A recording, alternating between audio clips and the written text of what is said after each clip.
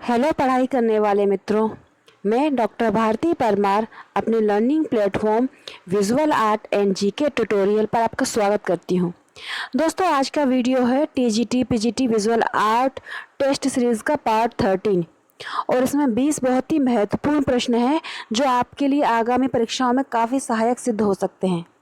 अगर आपको वीडियो पसंद आता है तो प्लीज़ इसे लाइक करें, अपने स्टडी को शेयर करें और अभी तक मेरा चैनल सब्सक्राइब नहीं किया है तो सब्सक्राइब करके बेल आइकन प्रेस कर दें, जिससे जो भी वीडियो मैं अपलोड करूं उसका नोटिफिकेशन आपको मिलता रहे। और दोस्तों, इसके साथ ही साथ समकालीन कलाकारों पर भी मैं वीडियो बना रही हूं। उसके लिए मुझे काफ़ी सारी जानकारी इकट्ठी करनी पड़ती है, तब वो वीडियो बनता है। आपकी कुछ डिमांड भी आ रही है कुछ कलाकारों के ऊपर, तो मैं कोशिश करूंगी कि वो डिमांड आपकी जल्दी से जल्दी पूरी कर दूं, क्योंकि मुझे सर्च करना पड़ेगा सारी चीज़ें, फिर उसको वेरीफाई करती हूं, तब मैं वीडियो बनाती हूं। साथ ही साथ मैं बोलना चाहूँगी कि मैंने लोक नृत्य और लोक कलाओं पर और कशीदाकारी पर भी वीडियो बनाया है और ये कई परीक्षाओं में पूछा जाता है। सिलेबस में मेंशन तो नहीं होता है, लेकिन नेट में एग्ज़ाम में भी कई बार आता है।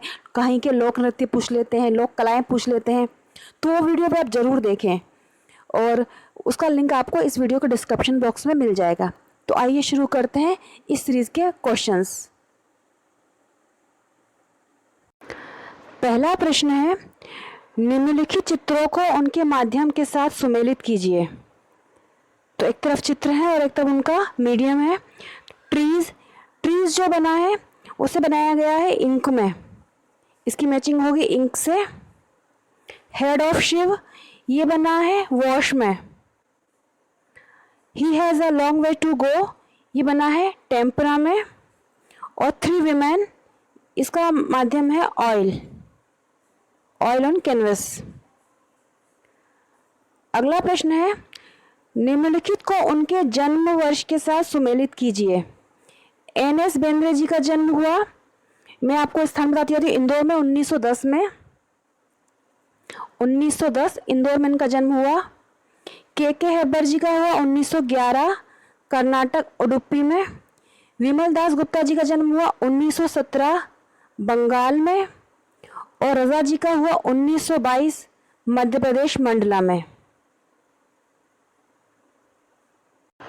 अगला प्रश्न है, निम्नलिखित मूर्तिकारों को उनके शहर के साथ सुमेलित कीजिए। तो बालन नाम्बियार जी का संबंध है, इनका जन्म स्थान है ये, इनका हुआ बेंगलोर में जन्म और इनका हुआ है बेंगलोर में 1956 में, यानी 56 में। रविंद्र रेड्डी जी इनका हुआ हैदराबाद में 56 में इनका भी हुआ है। प्रतिपाल लाड्डी जी इनका हुआ शिलोंग में, इनका हुआ है 55 में। और मृणालिनी मुखर्जी जी का जन्म हुआ है मुंबई में 49 में।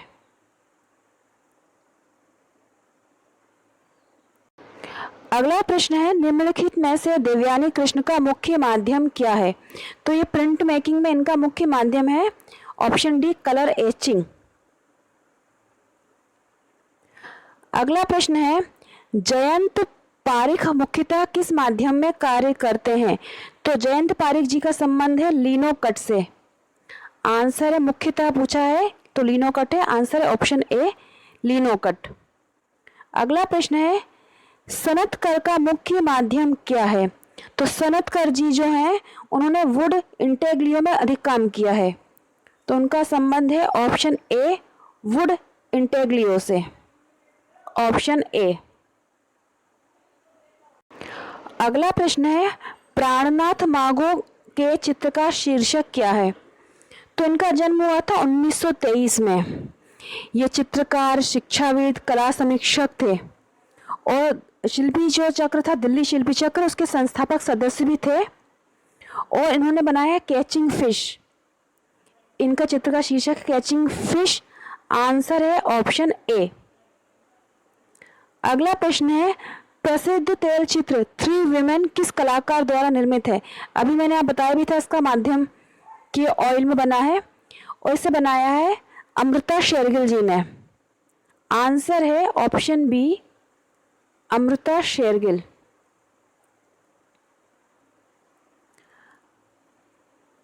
अगला प्रश्न है, कोलकाता ग्रुप के संस्थापक सदस्यों का समूह पहचानिए। तो इसमें तीनों ही नाम इस संस्था से जुड़े हैं, वो हैं ऑप्शन बी रथिन मित्रा, निर्बोध मंजूमदार और गोपाल घोष। ये तीनों ही इसमें इस ग्रुप से जुड़े हुए कलाकार हैं। आंसर है ऑप्शन बी।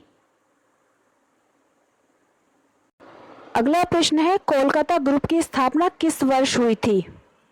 तो इस समूह की स्थापना हुई थी 1943 में कोलकाता में ही, और अभी मैंने सदस्य भी आपको बताए। यहाँ पर आंसर है ऑप्शन बी 1943। अगला प्रश्न है, निम्नलिखित कलाकारों को उनके शहर के साथ सुमेलित कीजिए। कलाकार हैं असित कुमार हल्दर, बीसी सान्याल, रविंद्रनाथ टैगोर और एनएस बेंद्रे। तो असित कुमार हल्दर जी का संबंध लखनऊ से रहा, यहाँ पर उन्होंने अध्यापन किया। बीसी सान्याल जी का संबंध दिल्ली से रहा, दिल्ली शिल्पी चक्र की स्थापना की। रविंद्रनाथ टैगोर जी का संबंध सब जानते ही हैं, शांति निकेतन से। और एनएस बेंद्रे जी का संबंध रहा बड़ौदा से। ये हो गए, मैचिंग ऑलरेडी की हुई है, यही इसका आंसर है। अगला प्रश्न है, निम्नलिखित को सुमेलित कीजिए। एक तरफ है कलाकार के नाम और एक तरफ है शहर के नाम। तो जय जरोटिया जी का संबंध है दिल्ली से, लक्ष्मण गौड़ जी का संबंध है हैदराबाद से, रिनी धुमाल जी का संबंध है बड़ौदा से और सनतकर जी का संबंध रहा कोलकाता से। अगला प्रश्न है, जगमोहन चोपड़ा की विधा क्या है? तो जगमोहन चोपड़ा जी भारत के प्रसिद्ध प्रिंट मेकर हैं और इनकी ख्याति है कोलोग्राफी में। आंसर है ऑप्शन ए कोलोग्राफी। अगला प्रश्न है, प्रयाग झा चिल्लर किस विधा में कार्य करते हैं? तो प्रयाग झा चिल्लर जी जो हैं उनका नाम प्रसिद्ध है एक्वाटिंट में। आंसर है ऑप्शन सी एक्वाटिंट। अगला प्रश्न है, पलानी अप्पन की विधा क्या है? तो पलानी अप्पन जी जो है वो भारत के प्रसिद्ध छापा कला से उनका नाम जुड़ा हुआ है, प्रसिद्ध छापाकार हैं। आंसर है ऑप्शन बी छापा कला यानी कि प्रिंट मेकिंग। अगला प्रश्न है, ज्यामितीय रूपों पर कार्य करने वाले कलाकारों की पहचान कीजिए। या ग्रुप में आर्टिस्टों के नाम है और उस ग्रुप की पहचान करनी है जिसमें सभी लोग ज्यामितीय रूपों में कार्य करते हैं या कार्य किया है। तो इसमें है पहला option Om Prakash, B Khanna, G R Santosh और जे स्वामीनाथन जी। इन सभी कलाकारों ने ज्यामितीय रूप अपने चित्रों में, अपनी कलाकृतियों में दिखाए हैं। आंसर हो जाएगा ऑप्शन ए ज्यामितीय रूप, ओम Prakash, B Khanna, G R Santosh और जे स्वामीनाथन जी। अगला प्रश्न है, अभिकथन है और एक उसका तर्क है, कारण। तो अभिकथन है, जी आर संतोष को तांत्रिक चित्रकार माना जाता है और उसका कारण दिया है क्योंकि वह कश्मीर से थे तथा योग तंत्र का अभ्यास करते थे। तो इसमें आंसर हो जाएगा ए सही है और आर जो है उसका रीजन जो दिया है वो आंशिक रूप से सही है। तो आंसर हो जाएगा ऑप्शन ए सही है और आर आंशिक रूप से सही है। अगला प्रश्न है, देवी प्रसाद राय चौधरी किस संस्था में अध्यापक थे? भारत के प्रसिद्ध मूर्तिकार थे देवी प्रसाद राय चौधरी जी और इन्होंने अध्यापन कार्य किया था government college of art Madras. Answer हो जाएगा ऑप्शन सी। अगला प्रश्न है, प्रवीण गुप्ता द्वारा बनाई गई द रिवर शीर्षक पेंटिंग की आधार सामग्री क्या है? तो प्रवीण गुप्ता ने ये बनाई है द रिवर शीर्षक की पेंटिंग और उसका आधार सामग्री है आयरन ऑक्साइड तथा एक्रेलिक। आंसर है ऑप्शन ए आयरन ऑक्साइड तथा एक्रेलिक। अगला प्रश्न है, Jallianwala Bagh symbol of earth for freedom के चित्रकार का नाम बताइए। तो इस चित्र की रचना की है प्राणनाथ मागो जी ने। आंसर है ऑप्शन बी प्राणनाथ मागो। तो दोस्तों ये थे 20 महत्वपूर्ण प्रश्न जो आपकी आगामी परीक्षा के लिए काफ़ी आपकी मदद कर सकते हैं और नेट जेआरएफ में इसी तरह के प्रश्न पूछे जाते हैं।